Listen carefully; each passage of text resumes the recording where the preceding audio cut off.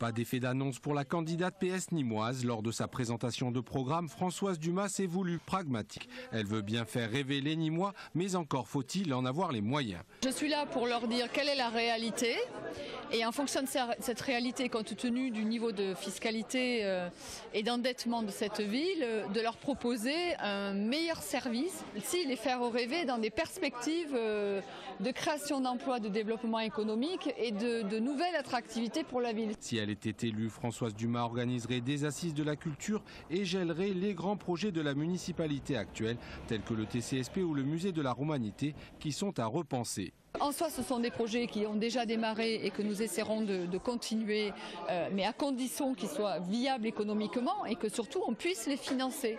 Et le meilleur moyen de les financer, c'est qu'effectivement je sois élu maire de Nîmes pour avoir la confiance à la fois de la région, du département et de l'État pour pouvoir les mettre en œuvre et les défendre. Et la candidate d'annoncer un audit financier Villaglo qui déterminera une éventuelle baisse de la fiscalité.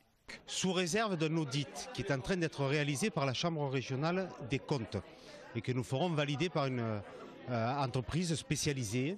Nous avons pris ce risque, qui est un risque minime, de baisser d'1 million d'euros par an la fiscalité à Nîmes.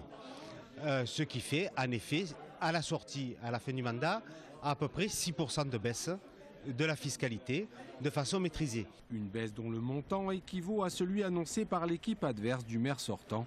Pas de quoi départager là les deux candidats.